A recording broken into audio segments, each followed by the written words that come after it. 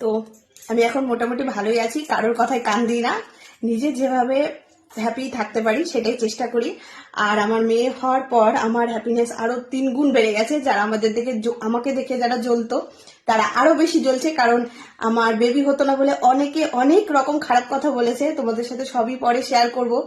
আর আমার প্রায় 8 সাড়ে 8 বছর বিয়ে হয়েছে, তো আমার বেবি হতো না বলে মানে যে যা পেরেছে সে তাই বলেছে যে মানে আমি বাজা, অনেক কিছু বলতো আমাকে।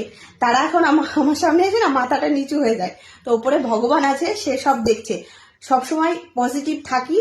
আর আমার বন্ধুদেরকেও বলবো তোমরাও পজিটিভ থাকবে, সবসময় কারোর কথায় কান দেবে না। ওপরে একজন আছে, সে সব দেখে। তুমি যদি মনের থেকে সৎ হও না, তোমার কেউ কোনো ক্ষতি করতে পারবে না।